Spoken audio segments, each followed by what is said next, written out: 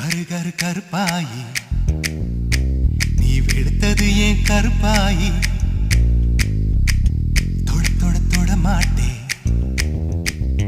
தொட்டா நானும் விட மாட்டேன்